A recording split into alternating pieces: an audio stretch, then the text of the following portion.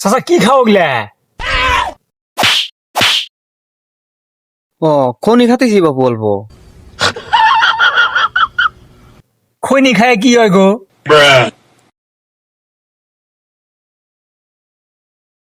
খৈনি খালি না বাপু, পুরানা কথা যত আছে সব মনে পড়ে আর ভাল থেকে। দেরি চাচা আমি অল্প খাই দিই।